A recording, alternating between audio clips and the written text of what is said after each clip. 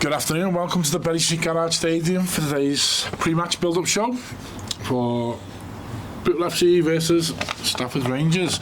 Joined by Ben Shaw. How are you, Ben? Not so bad, mate. Lonely? The missus has gone home? The missus has gone home. Plenty empty nights in beds, not great. Great. Okay, enough said on that, but you're smashing the Formula 1 on the PlayStation, aren't you? Of course I am. Of course you are. As always, today's coverage is brought to you by PEZ Scaffolding.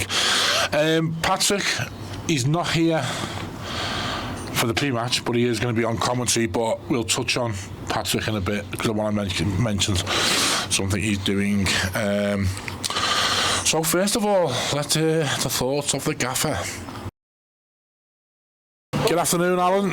Another home game before we have a nice couple of weekends down the M6. How are you prepared for today? Yeah, I'm looking forward to it.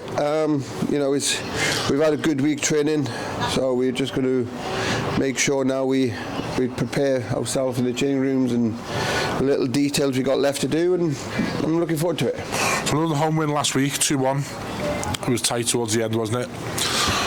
Yeah, it was tighter before, but Wiv and Shaw are getting better and better each as they've gone, and one of our players has joined them as well. Owen Hogan has gone to join Wiv and Shaw Town, so he'll make him stronger. So it was a tough game for us. Obviously, they want to make it slow and tempo, and people to lose their focus and stuff like that. And I didn't think we were great, but as soon as they scored, I thought we stepped it up and deserved the win at the end.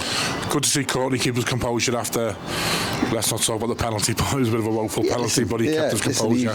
He put his foot through it, and then at the end of the day, he ended up scoring the winner. So I let him off for that one. Moving on to today, Stafford. I know you're going to say there's no easy games, but they are struggling at the moment, aren't they? Yeah, listen, I've watched them. We got beat 6-1 against Natwich 2 weeks ago, I think, and they went 1-0 up. They were a better side for a while but I know they've got a new manager now. I know some of the players who. We're going to be a handful. We've got O'Neill, who's got the longest long throw in the league, so he's going to cause us problems today. And listen, there's no easy games. People say they're struggling and stuff like that. Listen, they've got to turn it around sometime, and hopefully it's after today. Would it benefit them not having a game for 16 days to prepare right, or? Sometimes it will. It depends how many knocks they've got, but new managers come in now, and he's most probably got more time to be with the team. We played a friendly on Tuesday away to Rushall Olympic, which had got beat 2-0. So I've looked at the two teams that they've had there, and they've got some good players. So we just got to make sure we do the job today. You've been busy the last couple of days in the transfer market. What can you tell us about the 3 new signings?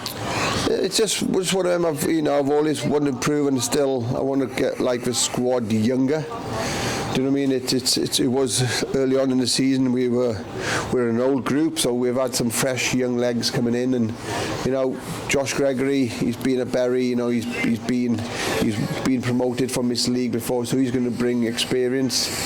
Ryan Began, he's a league below. He's scored goals. I remember seeing him on Newton over across the water scoring goals. He went to Pilts and scored goals, and obviously he's got quality. So he's just got to make sure that he brings that quality work rate into the team. And then we've got Robbie Morrow, who's come in, who's done well. He played in a championship over in Northern Ireland, so he's a good player. He's come in. He's in university in Liverpool. So 3 good acquisitions for us. Okay, well, best of luck today, and as always, hopefully we'll see you with a smile on your face. Yes. At 5 to 5. Yes, thank you. Take care. Cheers, Alan. So that was Alan Morgan just speaking to us 2 minutes ago. Looked upbeat, didn't he? Yeah, he did. He seems jolly when I spoke to him this morning when I came in. He seemed like he's in a fairly good mood, confident, you know. Fairly good mood. Long may that continue to 5-5. Okay, so early team news. We have Tony Thompson in goal, number 2 and captain Jay Roberts, 3 Xavier Smith, number 4 Matthew Fenton, 5 Tom Hannigan, 6 Louis Earle, 7 Sam Hughes, 8 Michael Simpson, 9 Courtney Duffus, 10 Jack McGowan and 11 Declan Daniels. And our substitutes, or as Alan likes to call them, impact players. We have new signing Josh Gregory, Anthony Miley, new signing Robbie Morrow. Great to see Joe Woolley back on the bench as well, and new signing Ryan Began. So he's been busy. He must be given a bit of a budget. Yeah, I think he has. He's been very busy. Well, it's 3 new signings this week. I mean, obviously, Deck Daniels, we saw a little bit of him last week. I think he played okay, you know, given it's been his first game. He seemed to work well with Courtney Duffus. Yeah, he got that goal that was disallowed. I thought it was probably just slightly offside, but it was good movement, wasn't it? It was a good finish. But yeah, so Josh Gregory, obviously ex-Bury. Another one of the ex-Bury boys. Yeah, he's won this league. Robbie Morrow comes, Alan just said he's in university and comes from the Championship in Ireland, so not bad stock. And Ryan Began, who has stepped up from Pilks in the North West Counties, but and I believe he's got quite a few accolades at least around there in terms of the popularity of him himself. Yeah, I mean, someone said he's got a wand of a left foot. But let's listen. There's only one wonder left foot, and that's me. So we'll that's open to debate, that one. Robbie Morrow comes from Newington, Ryan Began, Pilkington, and Josh Gregory, Bury FC. So welcome to the 3 new signers. Hopefully they can get some minutes on the pitch today and show us what they've got. I think it's just all about depth, though, isn't it? I mean, the team we've sort of saw for the last 5 or 6 weeks. I mean, I think this is now quite solidly in concrete Alan Morgan's best 11 with a 1 or 2 interchanging. You know what I mean? I think he's found his 11, and now it's just sort of building up that bench. The power in reserves. Yeah, I mean, obviously we're missing Ben Hodgkinson, long-term absentee, and Steve Edmondson. Yeah, you'd think would come back in on the right-hand side if fit. Again, recently signed a new contract for those who didn't hear that last week. So last time out, 7 days ago, within Shore Town, we were open for a bit of a goal fest because they were struggling, but I think it was what were your thoughts? Do you think we not started with the tempo, or it was just one of them games where they just cancelled each other out and they were quite defensive?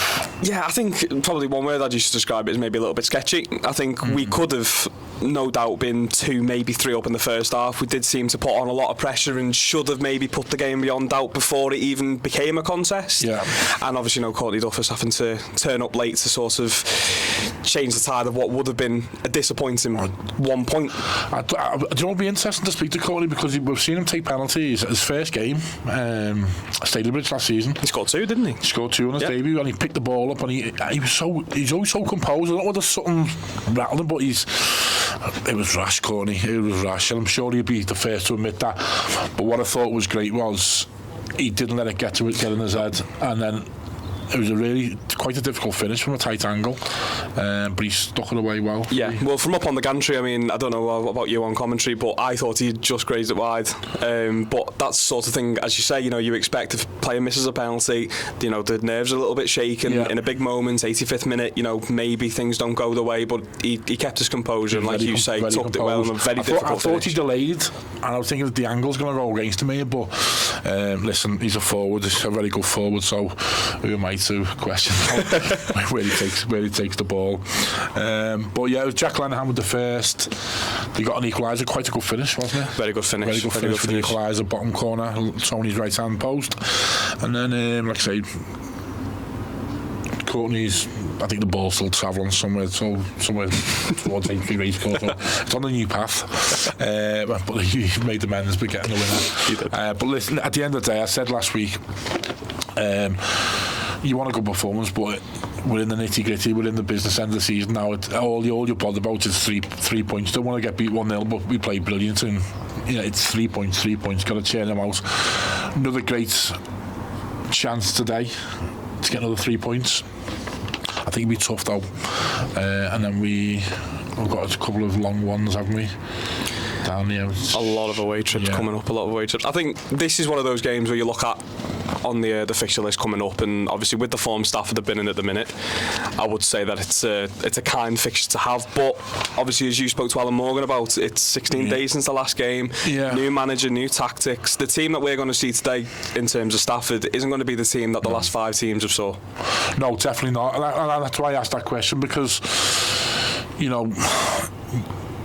playing games brings you confidence of winning games.